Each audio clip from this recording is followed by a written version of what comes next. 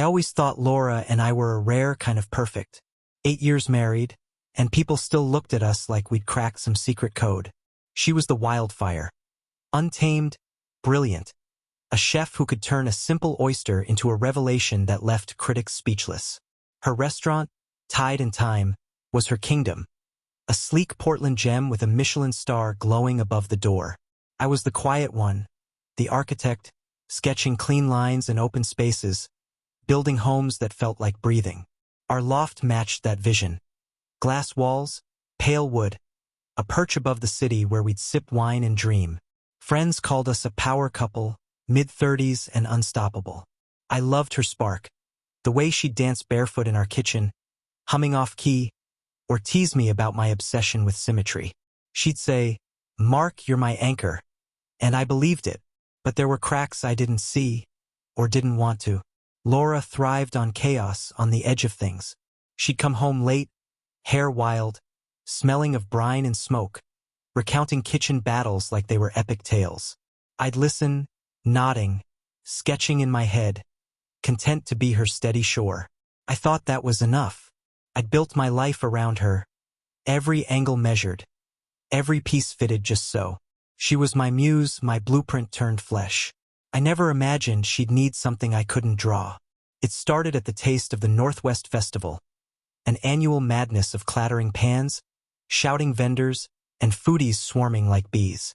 Laura had been prepping for weeks, her energy electric. "This is my shot, Mark," she'd said, eyes gleaming.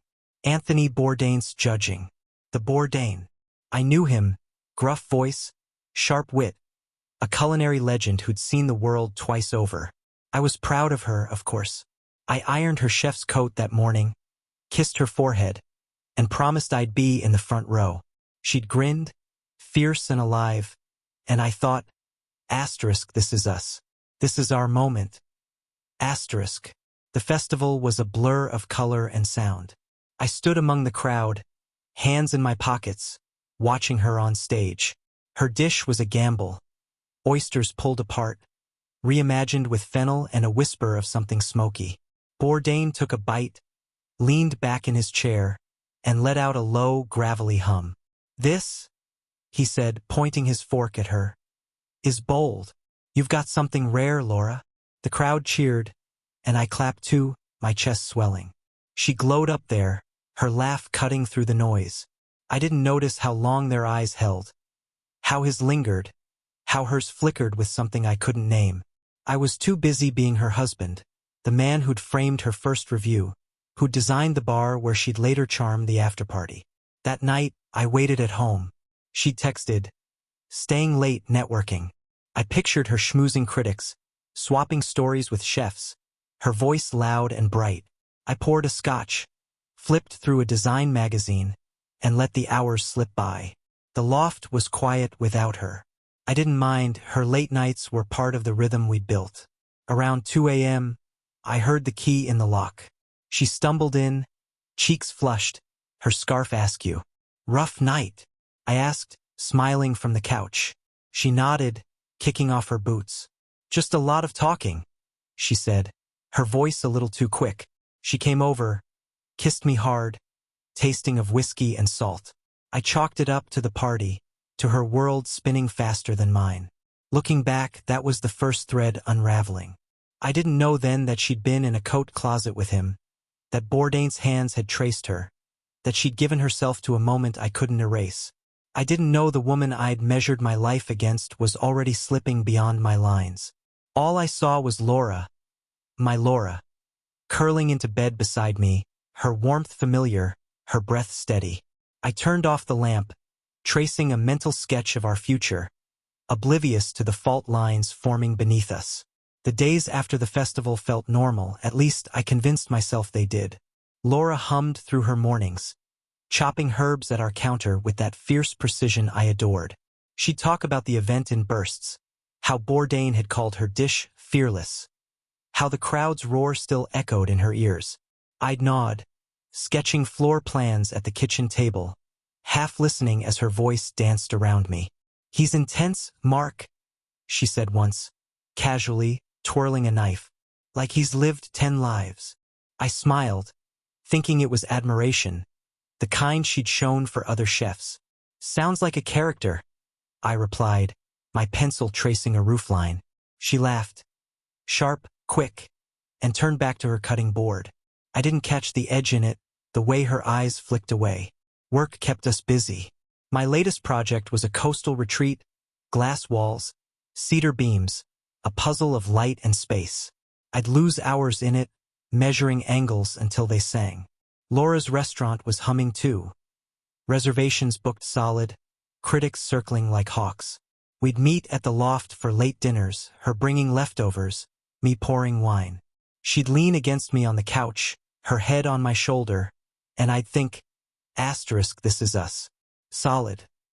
But there were moments, small, jagged ones, that snagged at me.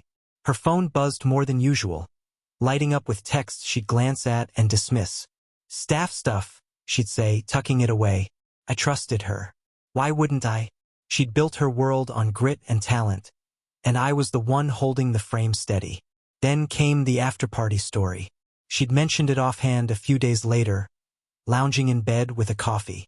"Bourdain was there," she said, her tone light. "Kept buying rounds, telling these wild tales. Vietnam, Morocco, all of it." I pictured it. Laura in her element, laughing with the crowd, her charisma pulling people in. "Did you keep up?" I teased, imagining her matching his whiskey shots. She grinned, but it didn't reach her eyes. "Barely. He's relentless." Something in her pause lingered, a beat too long. I brushed it off, chalking it up to exhaustion. She rolled toward me, her hand resting on my chest, and I let the warmth of her drown any flicker of doubt. Looking back, that's when I should have seen it. The signs were there, faint as pencil marks on a draft, but I was too busy building our life to notice. She started staying out later, first once a week, then twice. "Menu tweaks," she'd say, or "supplier ran late." I'd nod, trusting the rhythm of her world. But her scent shifted, less briny, more smoky, like cheap whiskey and leather. She'd come home flushed, her scarf knotted oddly, her voice a little too bright.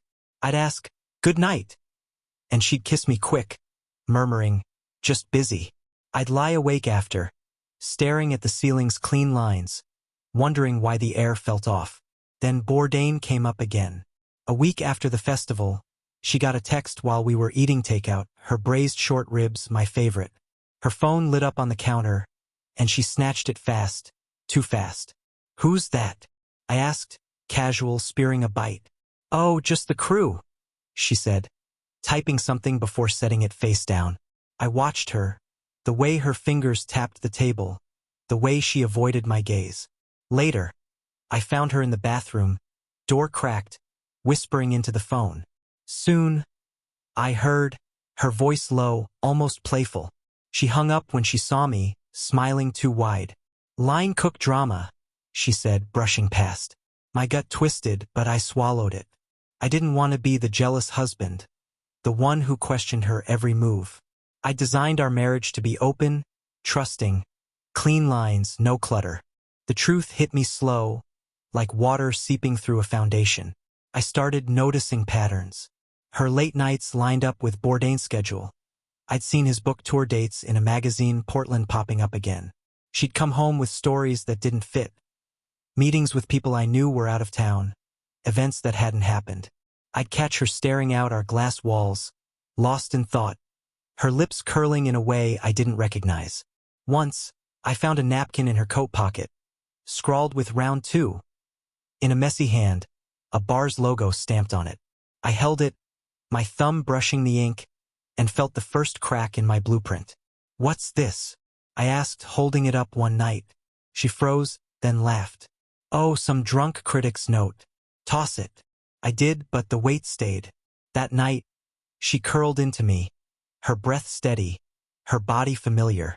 I lay there, tracing the ceiling's edges, replaying every glance, every excuse. I didn't know yet what she'd done, what she was doing, but I felt it, a shadow creeping into my design. Laura was my muse, my fire, my everything, and someone was pulling her beyond my reach. I started measuring time differently after that napkin. Not in hours or days, but in the gaps, those quiet spaces where Laura wasn't herself, or maybe where she was a version I'd never met. The loft felt too big some nights, its glass walls reflecting my own questions back at me.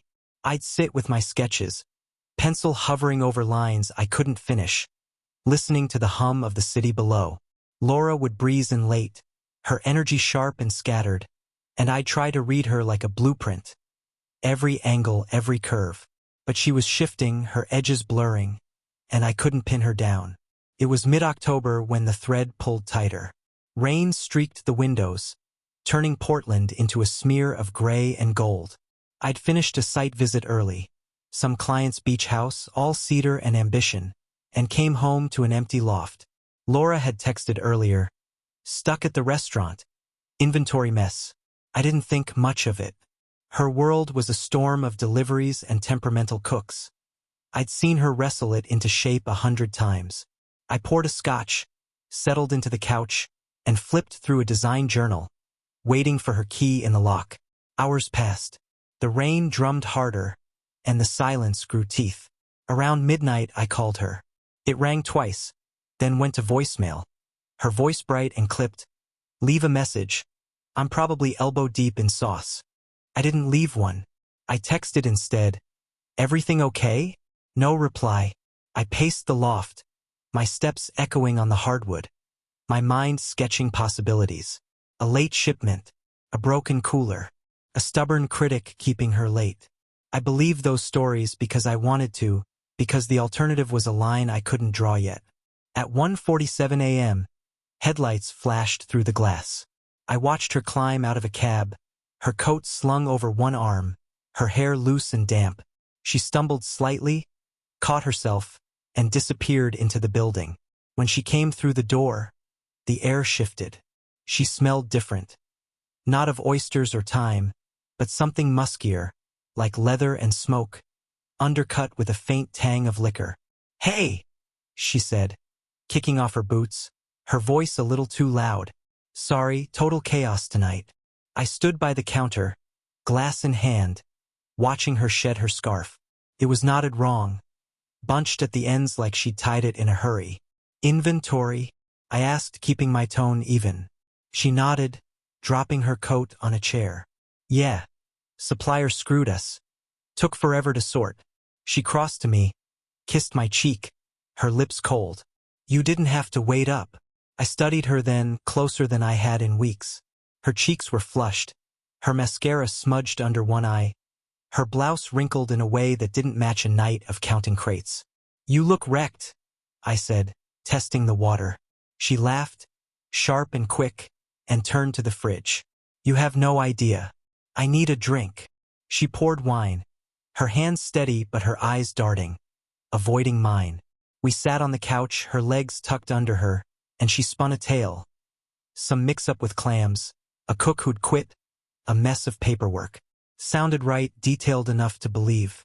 But her laugh was off, her gestures too big, like she was performing. I let her talk, nodding where I was supposed to, sipping my scotch. My mind was elsewhere, tracing the edges of that scent, the way her scarf hung wrong, the cab instead of her usual car. "Bourdain's in town again," I said casual, dropping it like a stone into a still pond. Her hand froze on her glass, just for a second.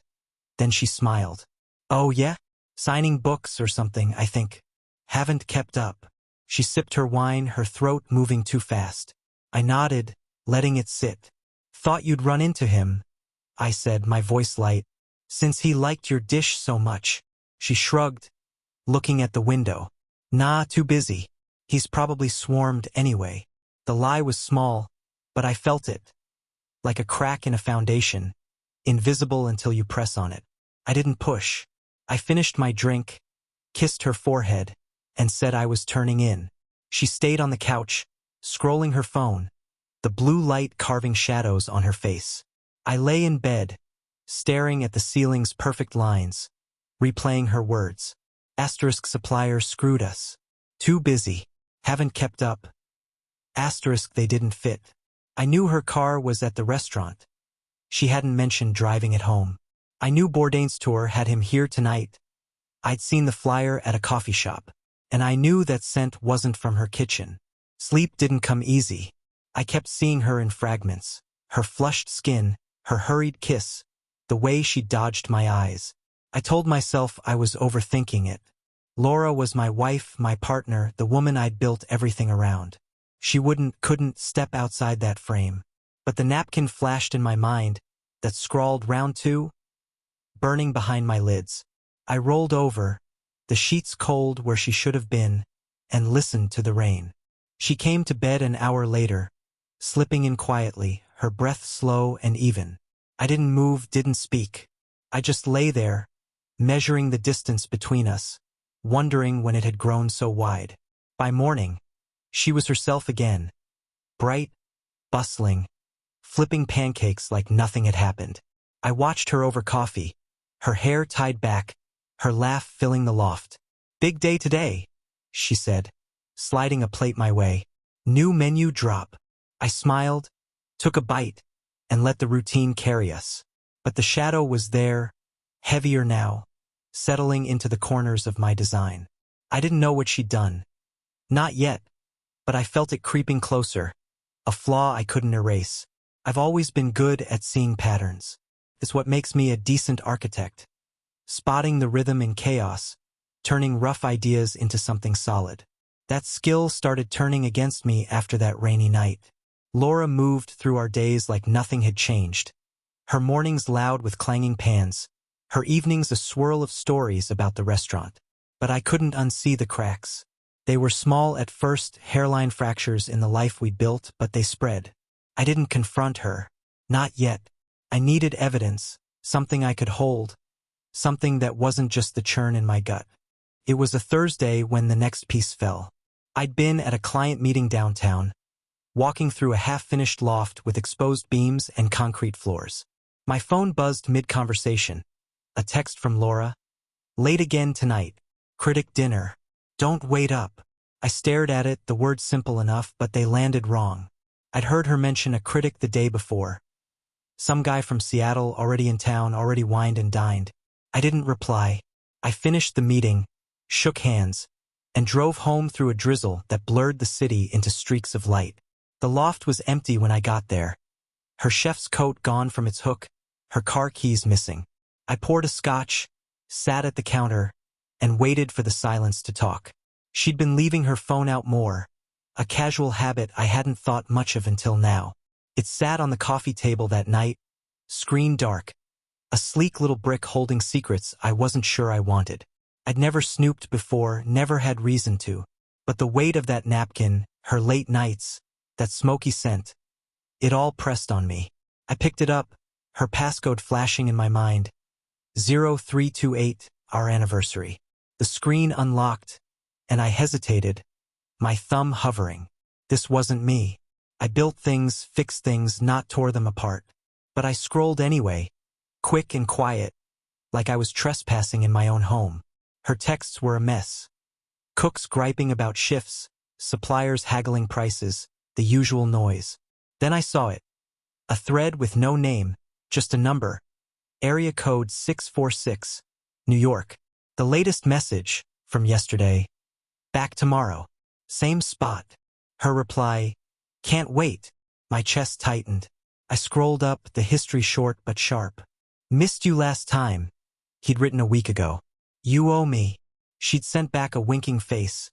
Then, "Soon." No context, no explanation.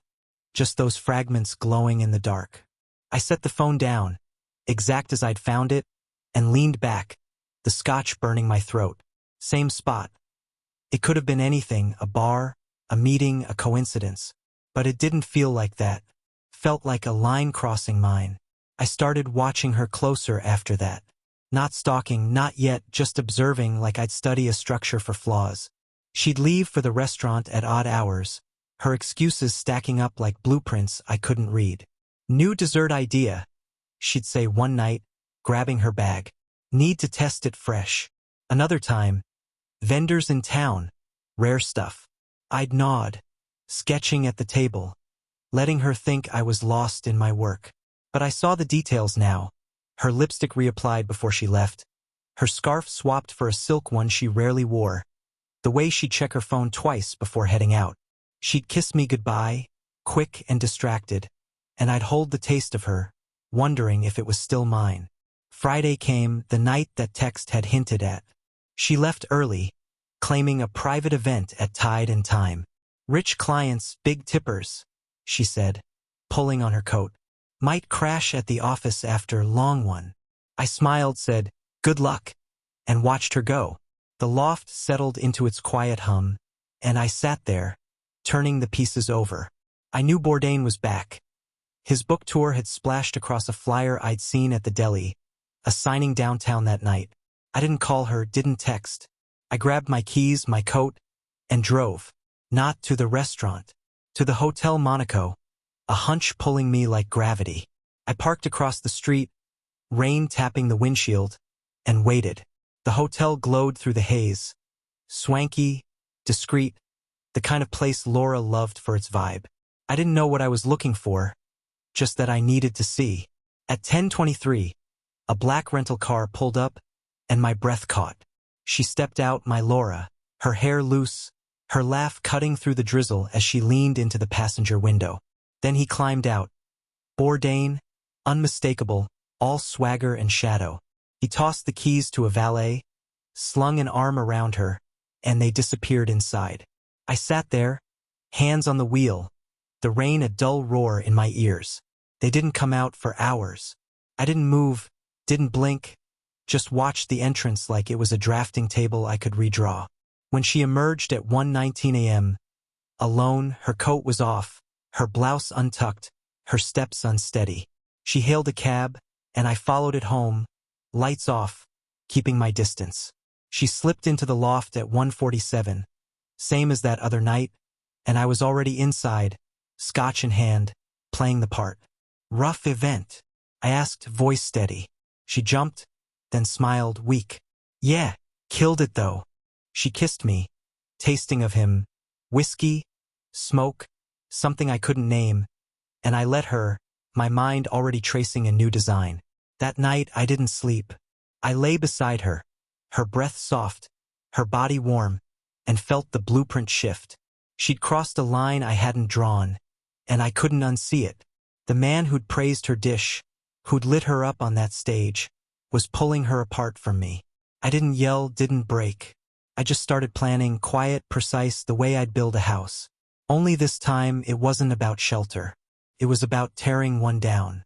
I couldn't shake that night at the Monaco. It stuck in me, a splinter I couldn't pull. Laura went back to her routine, cooking, laughing, filling the loft with her noise, but I saw through it now. Every smile, every kiss felt like a mask. I stopped asking questions.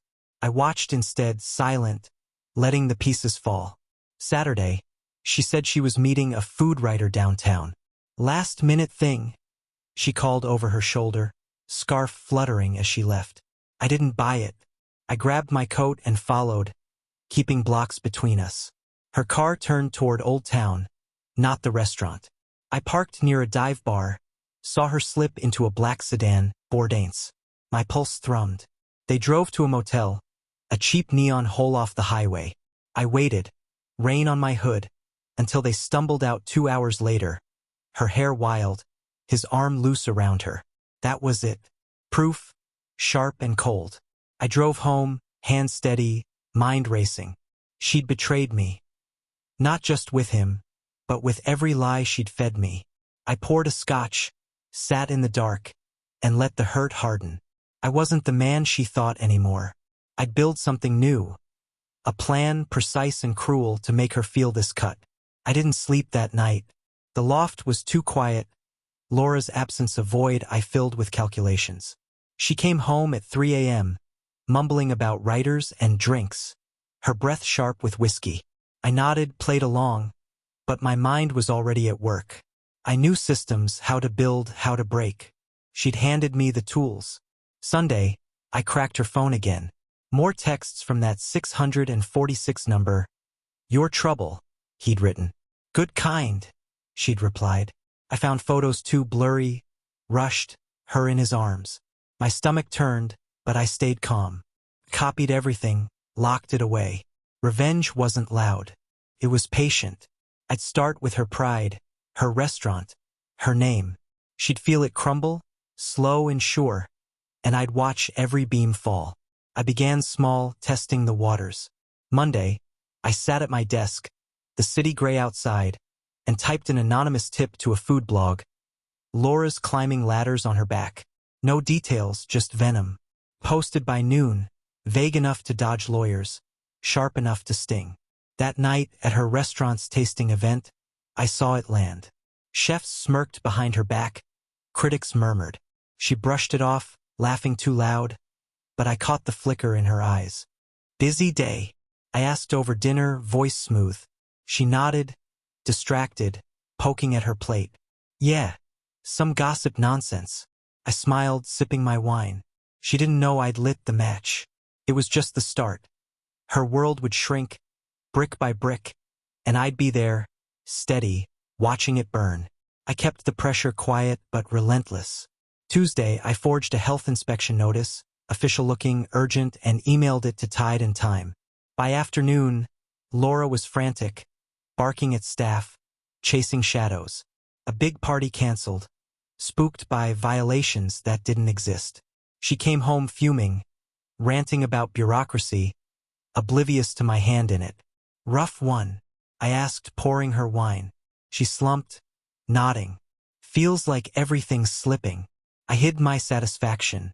That night, I rigged a camera in their hotel room, tiny, precise architect's work. Bourdain was due back soon.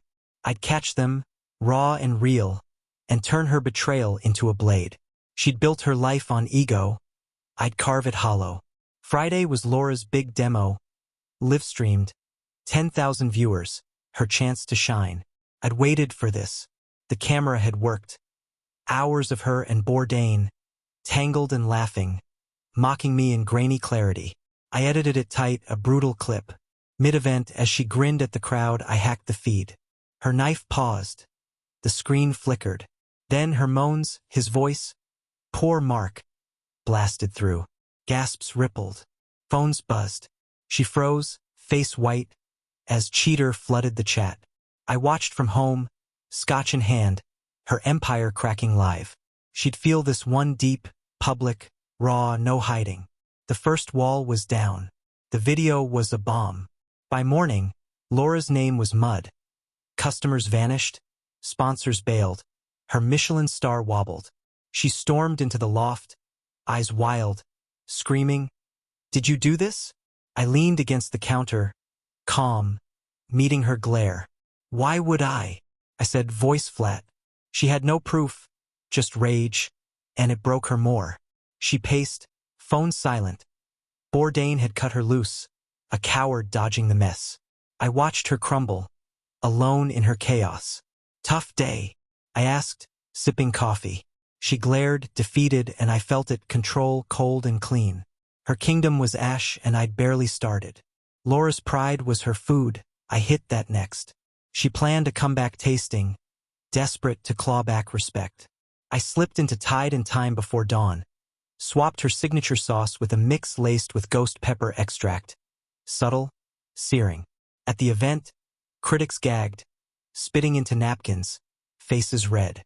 "Amateur," one scribbled. Her staff quit by night's end. Suppliers turned away. She came home shaking, pale. "Bad batch?" I asked, handing her water. She glared, suspecting, but said nothing. I left a note later. "Spice it up, darling." Her gasp was quiet, delicious. She knew now I was the storm. I turned her friends next. Over coffee, I fed them lies, her meltdowns, her secrets, half true, all poison. They faded away, texts unanswered. Then I drained our joint account, siphoned it offshore where she'd never dig. She came home to a loft half empty. My books gone, her awards mocking her on the shelf. "Where are you?" she yelled into the dark. I was already at a hotel sketching a new life. She called Bourdain, voice breaking on voicemail. Silence answered. I'd boxed her in, alone, and it felt like laying a perfect cornerstone. I offered her a truce. Dinner at our old spot, candles flickering. She showed up hollow, eyes sunken, hoping I'd relent. I served her dishes, her recipes, twisted, laced with bitters and slow toxins, nothing fatal, just enough to ruin her for weeks. To us, I toasted, watching her eat. She trusted me, one last mistake. By dessert, she clutched her stomach, sweat beating. "What's wrong?" I asked, feigning worry. She stumbled out, sick, and I paid the bill, calm. Her body would carry this lesson longer than her pride. Her health shattered, days of nausea, weakness. No doctor could trace it. The restaurant folded, the loft foreclosed. She moved to a cramped studio, a shadow of herself. I sent a parting gift. Our wedding photo, her face scratched out. Note attached, "You cooked your end." She saw me later on TV, new wife, new firm, thriving. I'd rebuilt on her rubble. Bourdain's name faded, a ghost she'd chased. She'd gambled me away, and I'd made sure she lost everything.